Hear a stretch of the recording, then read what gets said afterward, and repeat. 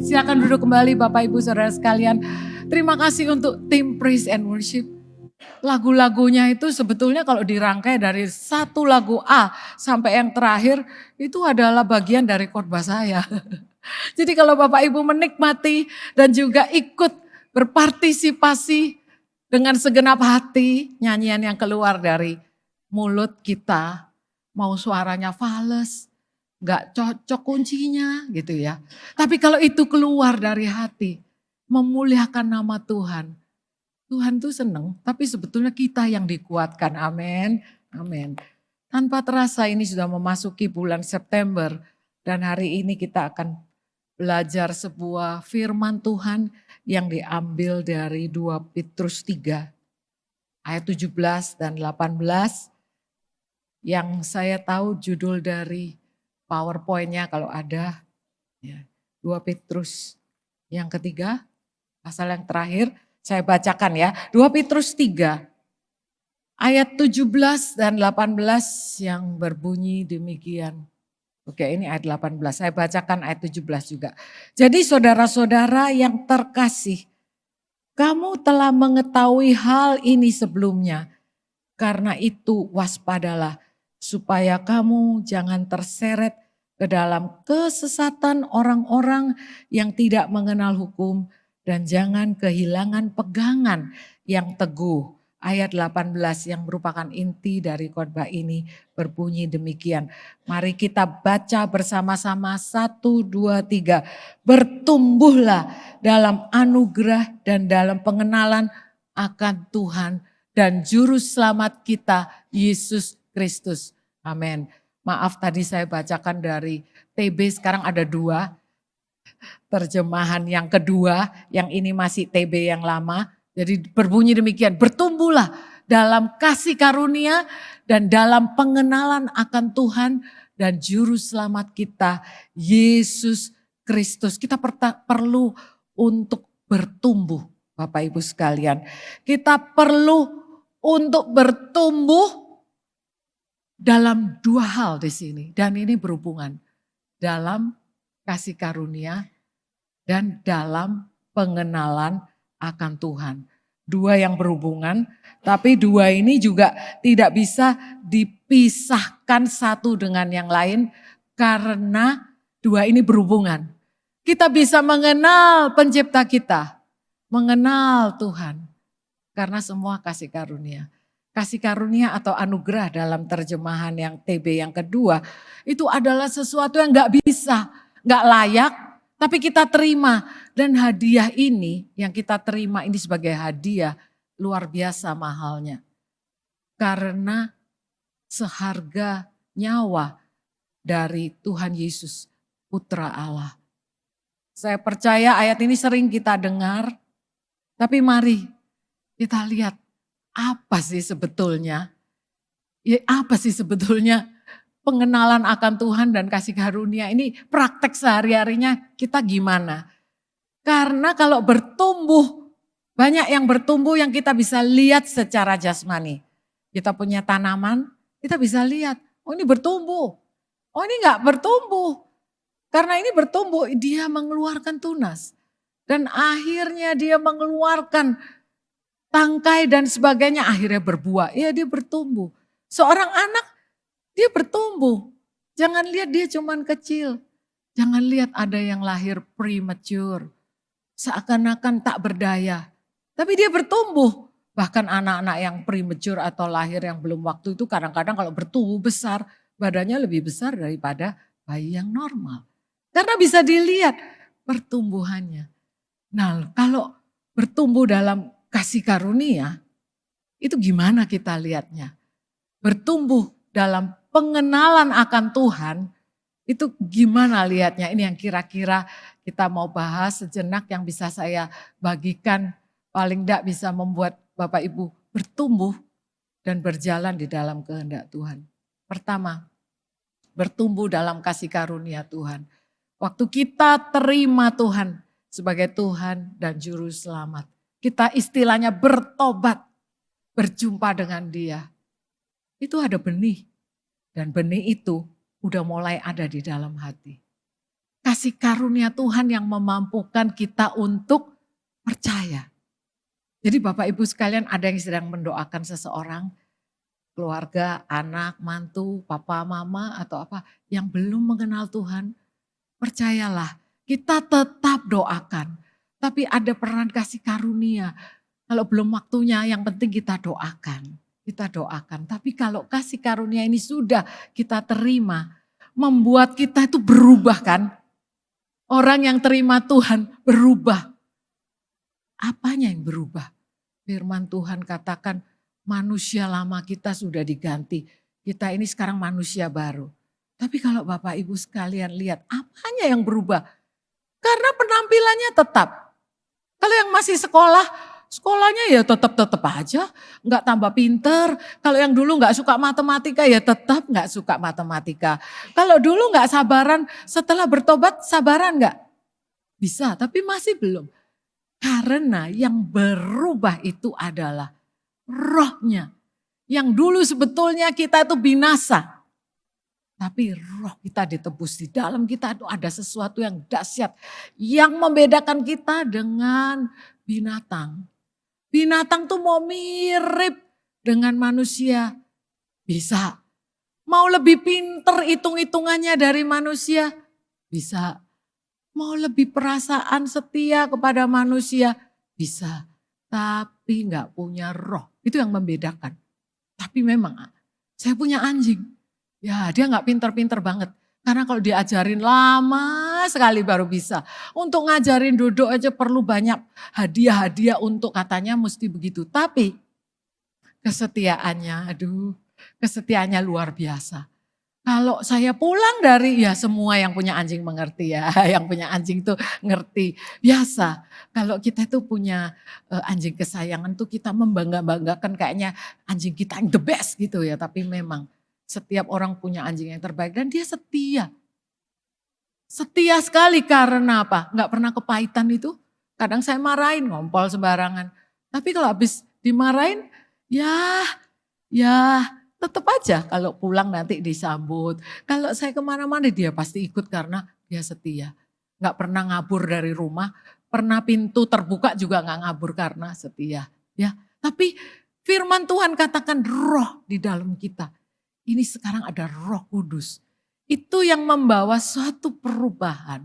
Yang memampukan kita nanti hidup itu dari satu kasih karunia kepada kasih karunia selanjutnya. Dari satu iman kepada iman yang selanjutnya, next level. Dari satu kemuliaan kepada kemuliaan yang selanjutnya. Jadi ada perubahan, ada pertumbuhan. Kasih karunia Tuhan tuh luar biasa, kasihnya luar biasa. Tapi ada pertumbuhan. Kalau dulu, untuk sesuatu kita percaya, untuk satu hal yang kita doakan Tuhan jawab langsung. Sehingga iman bertumbuh, kita percaya semua kasih karunia-Nya, amin. Dengan berjalannya waktu, ada gak doa yang tidak terjawab? Ada, belum terjawab atau tidak terjawab. Karena memang ada permintaan kita yang salah. Kalau Tuhan kasih itu seperti seorang anak yang minta pisau, akan merugikan diri sendiri. Tapi akhirnya setelah menunggu lama, hampir putus asa kita akhirnya percaya. Ini semua anugerah Tuhan, bukan kemampuan saya. Nah, udah bertumbuh di dalam kasih karunia Tuhan. Nah, bertumbuhlah di dalam kita menikmati kasih karunia Tuhan karena ini hadiah. Gak dibuat-buat, bukan kekuatan sendiri. Nah, pengenalan akan Tuhan karena di sini nggak jalan ya, jadi saya terpaksa lihat ke belakang. Bertumbuh di dalam kasih karunia, tadi ada 4 hal. Ya, itu mengalami, namanya aja kasih karunia. Mengalami kasihnya, mengenal kasihnya, membalas kasihnya, menghidupi firman-Nya. Karena kita sering-sering tanya, ini gimana nih bertumbuh kasih karunia itu checkingnya supaya tahu apakah kita masih mengalami kasihnya. Mengalami kasihnya udah pasti waktu kita bertobat. Seringkali Tuhan mengasihi dan kita tidak sadar kalau kita itu dikasihi. Sehingga kita tidak mengalami yang namanya kasih. Sebetulnya Tuhan mengasihi. Saya kasih contoh seorang anak. Anak yang masih kecil, seorang bayi. Dia itu ngalami kasih orang tuanya. Karena waktu dia menangis, orang tuanya biar ngantuk, capek. Papa mamanya akan bangun malam. Ya ganti popok, beri susu, menggendong, meneduhkan. Pokoknya membuat anak itu nyaman gak nangis lagi. Nah ini namanya contohnya. Tapi bertumbuh besar, anak itu nyadari, oh dia lihat mamanya sayang sama dia. Karena mamanya ada bersamanya. Dia ngalami nih, oh mamanya merawat, papanya merawat, melindungi. Tapi waktu anak itu mulai 2 tahun di mana masa-masa didisiplin, diajar, gak boleh ini, kan bahaya pegang api, itu anak-anak kadang-kadang gak merasakan, wah dia bisa punya impresi, wah papaku jahat, wah mamaku jahat. By the way, impresi ini bukan saat kita bisa melihat orang tua kita loh. Anak-anak udah bertumbuh bisa melihat, oh ini papa ini begini berarti dia gak sayang. Mama ini galak berarti gak sayang. Bahkan sejak dalam kandungan, anak ini bisa asumsi dengan sebuah yang namanya impresi. Saya mau katakan asumsi begini loh. Anak itu di dalam kandungan mendengar suara orang tuanya. Tapi dia gak ngerti kata-katanya kan, belum belajar bahasa Indonesia. Tapi dari nada suara, anak itu asumsi dan nebak-nebak. Asumsi kan nebak ya, oke. Dan membuat kesimpulan, oh ini mamaku sedang berkasih-kasihan, sedang rukun dengan papanya. Anak dalam kandungan mengerti loh itu, asumsi. Ini yang nyelidiki bukan saya, tapi ini ya psikologi membuat suatu riset karena semua bayi itu sama. Kalau orang tuanya bertengkar, kan kata-katanya dia nggak mengerti. Tetapi anak dalam kandungan, asumsi. Ini suaranya keras. Dan selain suaranya keras, ada suara barang geludukan jatuh. Ada teriakan, ini tidak aman ini. Dan asumsi itu membuat suatu impresi. Di luar sana itu ya kalau aku lahir nanti gak aman itu dia. Nah tapi bertumbuh anak tadi sudah 2 tahun, dia udah melihat itu langsung lanjutannya. Oh iya, itu dia bisa merasakan. Ini ceritanya orang tua yang baik. Jadi dia melihat mamanya marah. Ternyata mamanya mendisiplin anaknya. Merasa aku gak ngalami, mama gak sayang. Pernah punya anak yang waktu didisiplin, dia katakan, mama gak sayang aku soalnya mama gak belikan aku. Pernah punya anak remaja, itu kalau diajak ngomong terus gak mau dibales dengan diam, itu sebetulnya protes. Dengan mengatakan, oh ya aku gak setuju, aku gak seneng. Ya, tapi ngalamin sebetulnya, cuman perasaan-perasaan membuat kita merasa tidak ngalamin. Tapi bertambah besar anak tersebut, bertambah dewasa, akhirnya seorang anak tahu, wah ini pengorbanan dari orang tuaku. Orang tuaku berkorban supaya aku bisa sekolah. Orang tuaku berkorban supaya aku bisa hidup layak. Orang tuaku kerja berat pagi, pulang petang. Nah, saya suka itu satu kata mutiara atau apa yang itu. Ya, pergi pagi, pulang petang, pendapatan pas-pasan. Itu satu kalimat yang panjang. Bekerja keras dan tidak cukup. Sehingga mamanya juga harus mengerjakan. Dan anak ini karena ada hubungan yang baik antara orang tua dan anak. Ini butuh 2 ya, orang tua dan anak. Akhirnya anak ini menyadari, oh orang tuanya ini sungguh-sungguh nih. Berkorban. Kita ngomong kalau bertumbuh dalam kasih karunia, ini selalu berbicara melalui garis vertikal dan horizontal. Vertikal, horizontal. Kasih dipulihkan supaya kita bisa bertumbuh secara vertikal. Kita juga punya Papa yang luar biasa, Papa surgawi. Kasih karunia-Nya cukup bagi kita. Tapi kita seringkali ini bisa diaplikasikan dalam kehidupan rohani. Ya kita ini mengalami masa-masa sulit dan butuh suatu pengenalan, bertumbuh supaya bisa kenal. Kenal, oh iya, dia Bapa yang baik. Gak semua hari-hari kita baik. Tetapi setiap hari pasti ada hal baik di dalam hari yang buruk sekalipun. Itu dia, itu mengenal. Dan setelah mengenal, timbul ini dalam hati. Membalas kasih-Nya. Ini yang dirindukan oleh Tuhan. Ini yang dirindukan oleh orang tua. Apa yang orang tua rindukan itu yang Bapa Surgawi rindukan. Bukankah kita nggak bisa nuntut anak-anak membalas terima kasih? Ya, tetapi kita itu kepingin sebagai orang tua. Bisa bayangkan Bapak Surgawi juga pengen sekali. Sehingga kalau kita membalas kasih Tuhan dengan apa?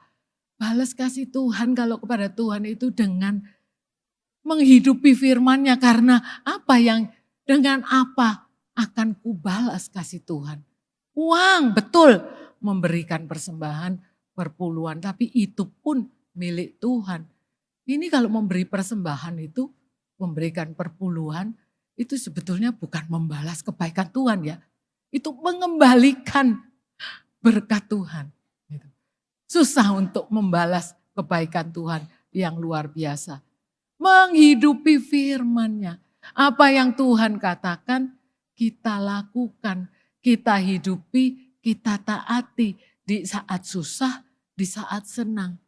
Itu namanya bertumbuh di dalam kasih karunia. Amin. Saya bertemu kemarin di dalam sebuah konferensi wanita. Saya tahu pernah Bapak Ibu melihat satu hari penampilan dari seorang anak yang buta kan. Yang main piano di sini dia buta. Lahirnya buta karena kecelakaan dari sebuah operasi atau apa. Tapi dia buta dan karena buta itu ini anak dari keluarga mampu, mama papanya masih stres ya punya anak buta. Tetapi mamanya cinta Tuhan dan dia bilang, oke, kalau anak ini buta, mampukan aku untuk merawat anak ini. Nah pasti ya kita ya berdoa, pasti ibu ini berdoa. Tetapi dalam doanya dia tidak menyebutkan Tuhan sembuhkan, kan bisa Tuhan sembuhkan. Tapi dia menyebutkan bahwa Tuhan beri aku kemampuan karena ini perlu hikmat nih gimana. Karena dia tahu, wah masa depan seorang anak yang buta tuh gak banyak ya. Dia tahu kalau di Indonesia berarti dia bisa menjadi tukang pijit ya. Hebat kalau tukang pijit. Tapi dia merasa ini ada sesuatu yang berbeda nih. Ini ada yang lain. Sampai juga dia tetap di dalam Tuhan satu kali. Dia menerima kata-kata yang menguatkan dari seorang hamba Tuhan yang memberikan dia nubuatan. Anakmu ini pinter, ganteng, dan sangat pinter dikatakan. Smart genius anak ini. Jadi ibu ini mempunyai satu cita-cita dengan suaminya itu, oke, kalau gitu saya kirim ya karena mampu ya. Dikirim di sekolah di Singapura. Singkat cerita ini kalau mau nanti saya carikan YouTube-nya karena ibunya bersaksi kemarin panjang sekali singkat cerita. Ibu ini mendampingi anaknya. Untuk anak yang buta ini belajar dengan guru yang spesialis. Ada guru spesialis ngajarin bagaimana untuk naik bus, bagaimana berjalan. Iya kan? Buta harus pakai tongkat. Bagaimana? Dan Bapak Ibu tahu anak ini kan ada tampil toh dan bersaksi. Dia itu loh menjawab WA saya heran. Kita aja yang nggak buta itu kadang jawab WA bisa keliru, saya ngetik-ketik aja semua salah ketik. Nah ini kok bisa menjawab WA, saya kira sekretarisnya, ternyata enggak. Ternyata ada metode, ada kecanggihan teknologi. Dan kemarin saya lebih kaget lagi, ibunya bilang loh dia itu bisa nyetir segala gitu loh. Ya maksudnya diawasi, ada orang yang katakan pelan, saya nggak bisa tahu. Kalau Surabaya kayaknya nggak bisa deh. Saya nggak tahu itu di mana kok bisa nyetir. Tapi anak ini baru-baru ini mengantarkan sejumlah anak-anak yang ikut pertandingan musik. Jadi anak ini ternyata memang pinter musik ya. Kita pernah dengar kesaksiannya, dia juara di Eropa, di Swiss untuk anak yang disabilitas. Dia juara, pokoknya dapat medali, pernah main di New York dan sebagainya. Dan mereka ini ada kumpulannya yang mau ikut tur tapi ikut pertandingan di luar negeri, ketuanya dia. Ketuanya. Saya lihat yang lalu itu saya terkagum-kagum dengan anaknya. Tapi ini kali saya terkagum-kagum dengan ibunya. Karena itu yang tempo hari kan gak kenal ibunya. Ini sekarang kebetulan ini ibunya. Wow, bagaimana seorang ibu menyaksikan anaknya waktu SD. Pulang sekolah babak belur merah, beset, berdarah maksudnya. Karena apa? Ya jatuh, jatuh, jatuh. Tapi ibunya harus punya pengharapan dan anaknya tetap berharap. Itu yang saya katakan, kita pertama bertumbuh dalam kasih karunia. Yang kedua, kita harus bertumbuh dalam selanjutnya, slide selanjutnya. Next. Bertumbuh dalam cara pandang. Cara pandang kita ini menentukan supaya kita tuh bisa berharap atau enggak. Memang kita mau semua bertumbuh dalam pengenalan akan Tuhan dan punya pengharapan. Enggak semua orang punya pengharapan di saat-saat sulit. Banyak orang malah putus harapan, ya kan? Karena keadaan yang demikian tidak mungkin untuk dia lalui menurut cara pandangnya. Oleh sebab itu saya berpikir, saya mau tambahkan, kita perlu bertumbuh di dalam cara pandang. Ya, cara pandang kita benar-benar loh, membuat kita ini bisa dipenjara atau justru dengan cara pandang ini adalah sebuah hadiah. Itu quote yang saya copy dari bahasa Inggris. Your perspective can be a prison or a present, tapi presentnya itu present salah ketik, hadiah. Bisa juga kehadiran sekali, tapi hadiah. Jadi kita tuh perlu tahu cara pandang kita. Next, pasti anak-anak Tuhan tahu cara pandang itu. Next, di Roma 12 ayat 2. Di mana cara pandang itu dimulai dari mana? Bukan dari mata. Karena apa yang kita pikirkan dan ada di hati itu koneksi dengan cara kita memandang. Oleh sebab itu firman Tuhan katakan jangan menjadi serupa dengan dunia ini, tapi berubahlah. Memperbaharui budi, saya katakan budi itu cara pikir. Pembaruan cara pikir. Sehingga, nah ini firman Tuhan. Kalau kita memperbarui cara pikir, kita tuh bertumbuh. Bisa pertama-tama membedakan kehendak Allah. Kita bisa membedakan. Ini baik, ini gak baik. Ini boleh, ini bukan hukum. Tetapi buat apa? Gitu ya. Kalau buang-buang waktu, boleh nonton TV. Boleh nonton drama Korea, saya tahu drama Korea tuh berjilid-jilid. Saya juga pernah kok dulu nonton Netflix sampai anak saya tanya, mama belum tidur? Belum.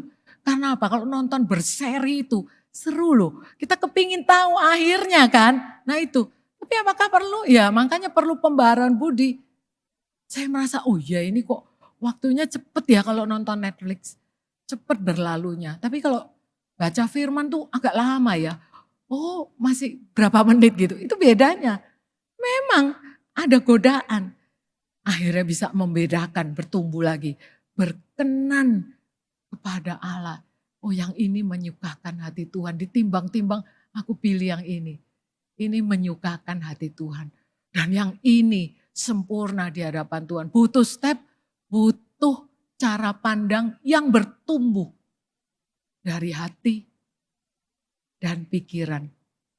Hati kita ini segalanya, makanya firman Tuhan katakan jagalah hati dengan segala kewaspadaan. Karena dari situ terpancar kehidupan. Pernah lihat, saya nggak tahu, pernah bertemu dengan orang yang hatinya kurang baik. Hatinya penuh dengan kepahitan. Pasti di pikirannya juga ruwet. Dan lihat perkataannya. Perkataannya itu menjatuhkan, memfitnah, mencemooh, kalau bisa membunuh. Karena apa? Hatinya gelap, pikirannya kacau. Sehingga cara pandangnya semua itu seperti kayak pakai semuanya jelek. Kita mau berbuat baik pun dianggap jelek. Itu dia. Oleh sebab itu cara pandang dimulai dari hati dan pikiran. Coba next PowerPoint, saya mau katakan saya nggak bisa buka di sini. Nah, saya punya beberapa mazmur. PowerPoint ini nanti saya akan share di grup jemaat. Daud ini adalah mazmur-mazmur yang menurut saya buku mazmur itu perlu dekat, perlu kita baca karena itu relevan dengan perasaan manusia terhadap Tuhan. Karena di mazmur itu kita melihat seorang manusia, banyak manusia yang terluka, yang rentan. Kalau mau dibunuh, dikejar-kejar seperti Daud itu gimana perasaannya? Yang takut. Dan yang memaki-maki musuhnya. Dan kadang-kadang kata-katanya itu seperti kayak utuk ya gitu ya. Tuhan biarlah pembalasanmu atas musuh-musuhmu. Mazmur-mazmur ini mengekspresikan keadaan hati kita. Tetapi mazmur juga memberikan kita harapan. Karena kita melihat ada orang-orang yang begitu terluka. Tetapi tetap bisa berharap. Meskipun pengharapannya itu mungkin sekecil biji pengharapannya. Apalagi imannya. Kecil banget. Tetapi seperti Daud. Dia pernah ngalamin apa aja deh. Bertemu dengan raksasa, dia kalahkan. Waktu itu dia masih muda. Nah, tapi setelah dia bertumbuh menjadi dewasa, akhirnya justru dikejar-kejar oleh Raja Saul dan mau dibunuh. Itu kan berbeda udah. Medannya berbeda, peperangannya berbeda, tantangannya berbeda. Kasih karunia-Nya perlu bertumbuh. Kasih karunia Tuhan tetap enggak? Ya tetap. Nah, dari mazmur-mazmur inilah kita bisa mendapatkan satu kekuatan. Saya seringkali baca mazmur. Saya dikuatkan. Karena apa? Mazmur berkata demikian. Sebab bukan untuk seterusnya orang miskin dilupakan. Bukan untuk selamanya hilang harapan orang sengsara. Ini untuk saya. Saya merasa saya ini miskin gak mampu. Ditinggal Pastor Sam. 5 tahun loh sudah ditinggal Pastor Sam. Awalnya saya dalam kesesakan saya bilang, aduh Tuhan gimana ya. Saya bukan beliau. Beliau punya karisma. Beliau murah hati. Aduh Pastor Sam baik. Saya ya baik lah ya. Tapi tidak seperti dia. Gimana? Orang suka karena suka memberi. Saya gak suka memberi itu. Gak munafik tapi aduh. Wong dulu Pastor Sam suka memberi, saya yang bilang gak salah memberi. Memberi, kalau memberi uang ya enggak apa-apa. Tapi dia berikan uang kepada orang yang tidak dia kenal. Di salon, ya ilah di salon kan. Tiba-tiba dia bicara dengan orang itu, ditanya kamu ini ngapain ini. Tiba-tiba dia bilang sama saya, minta uang. Ya, berapa ini? Orang itu dikasih uang. Saya bilang ngapain gak kenal? Dah tenang Hani, ya itu biasanya dia oke. Tahu gak Bapak Ibu? Saya gak kenal orang itu cuma di salon ngeblong, montong. Dan habis itu kita juga nggak ketemu. Karena saya nggak tahu ya, kita mungkin jarang ke salon tersebut, tapi satu hari pasangan suami istri ini datang ke rumah saya, datang dan mengatakan, ya ketemu Pastor Sam dan saya katakan, terima kasih dengan uang ini kami itu bisa ngambil kelas. Oh dulu itu mau ngambil kelas loh. Kalau dulu itu cuman keramas. Kalau untuk keramas, keringin itu nggak perlu, nggak perlu, nggak perlu untuk sekolah dan bisa. Tapi untuk bisa potong rambut, untuk bisa punya jenjang gitu disebut senior atau apa.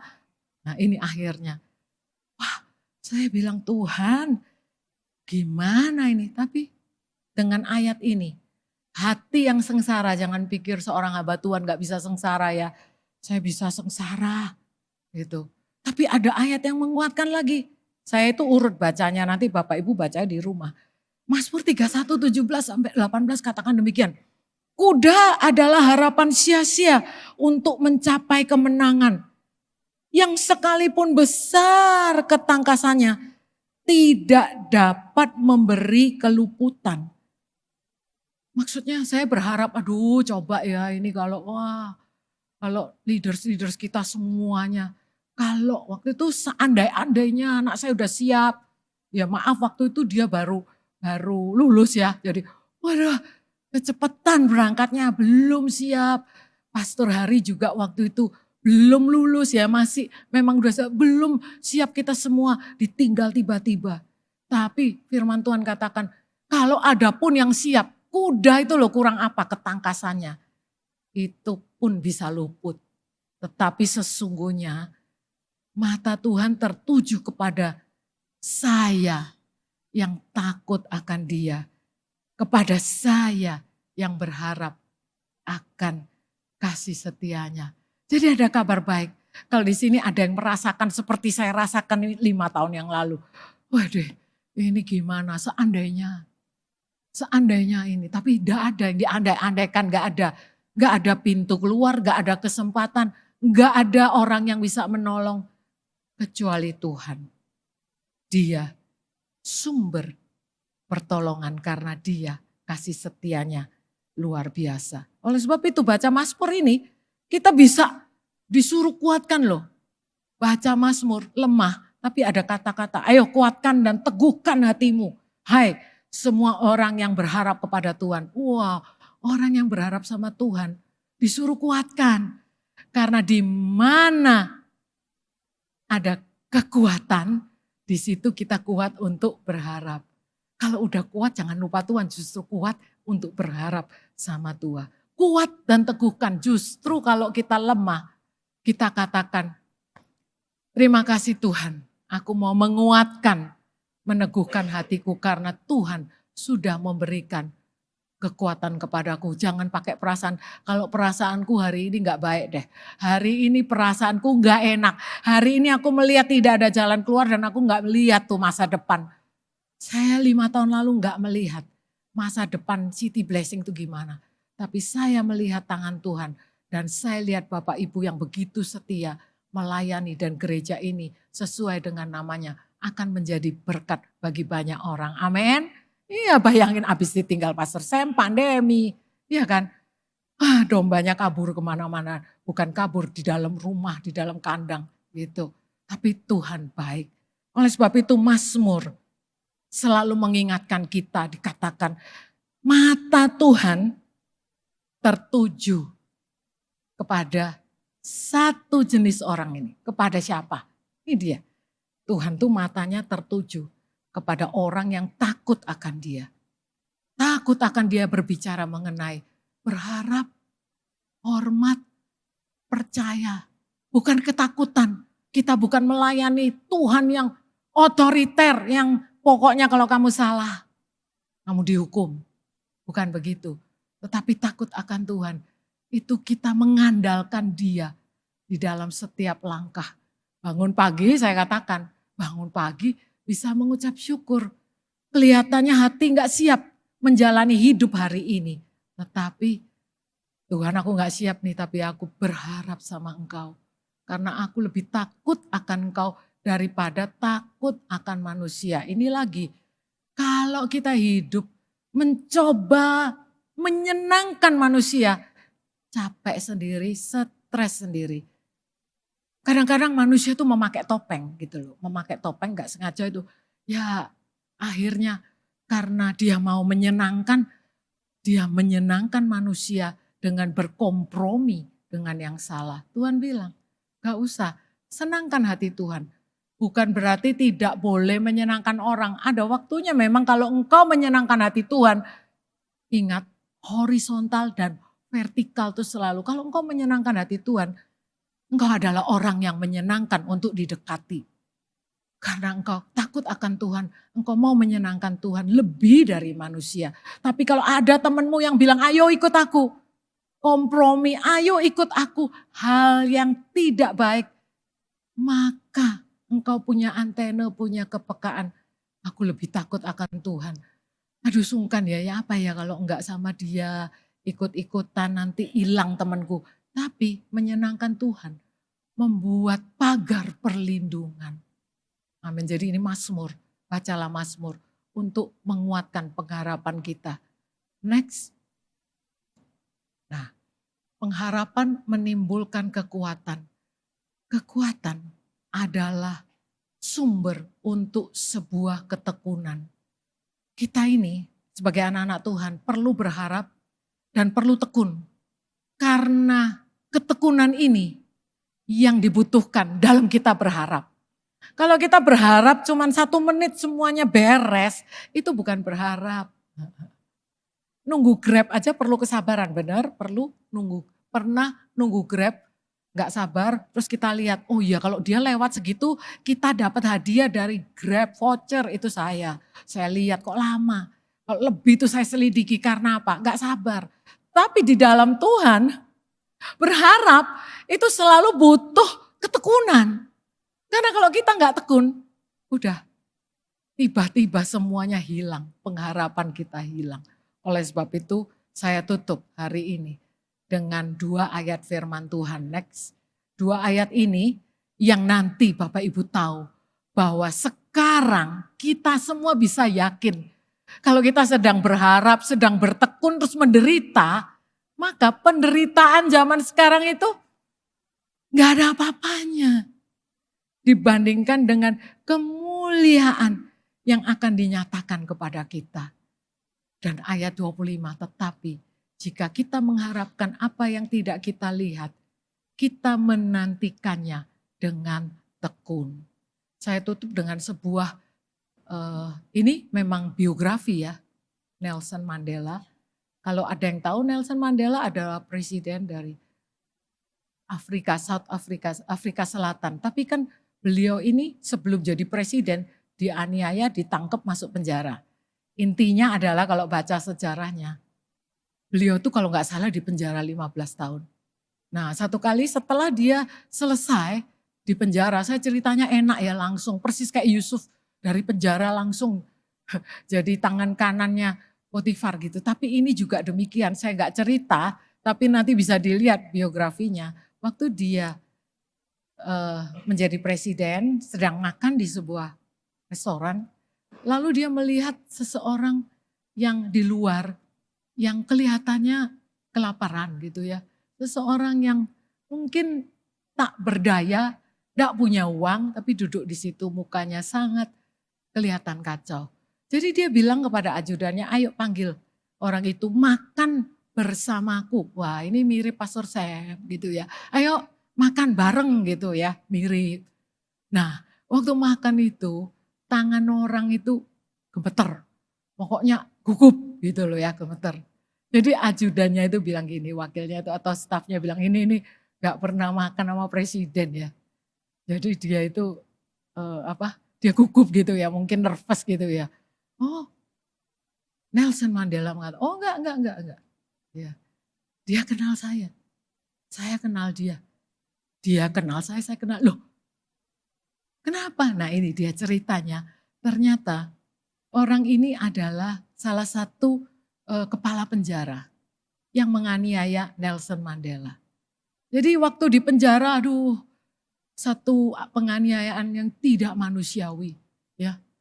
kalau dipukul, di apa itu. Bahkan sangat tidak manusiawi pokoknya. Tetapi Nelson ingat wajahnya dia.